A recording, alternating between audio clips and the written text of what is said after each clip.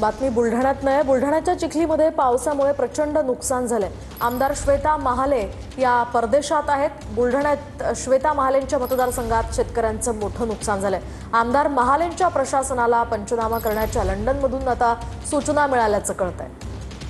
तर आपण पाहतोय बुलढाण्यामध्ये मुसळधार पावसानं शेतकऱ्यांचं मोठं नुकसान झालेलं आहे। या पार्श्वभूमीवर श्वेता महालेंनी लंडनहून व्हिडिओ प्रसारित केलेला आहे आणि त्या ठिकाणी त्यांनी आदेश दिलेले आहेत।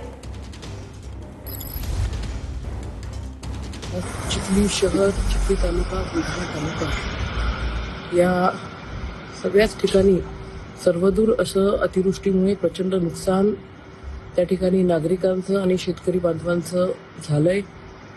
प्रशासनाला सुद्धा त्या ठिकाणी तत्काळ सूचना देण्यात आलेल्या आहेत। मी स्वतः कलेक्टर, तहसीलदार, सीओ यांच्याशी बोललेले आहे।